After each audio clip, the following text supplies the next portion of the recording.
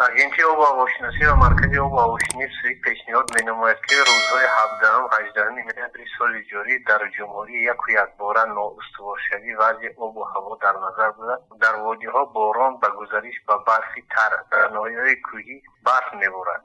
17 نوامبر در اکثر منطقه‌های ولایت باران و برف پیشگویی می‌شود. روزهای آینده پیشگویی آب و هوا از سنه 17 تا 20 نوامبر سال 2021 هوای تغییر یابنده ابرناک پیشگویی می شود. روزهای 17 و 18 در ناحیه‌ها بارشات برف باران به عمل می آید.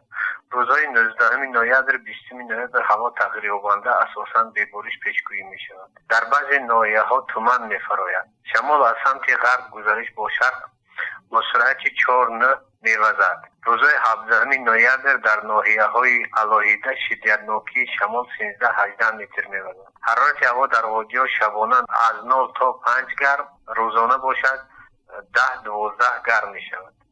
روزهای 18-20 نوامبر حرارت هوا شبانه پس شده 1 تا 6 گرادوس خنکی پیشگویی می‌شود.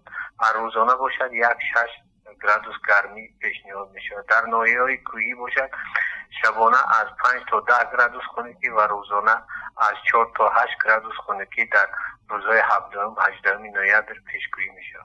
شهر خوجند نشان داده است که از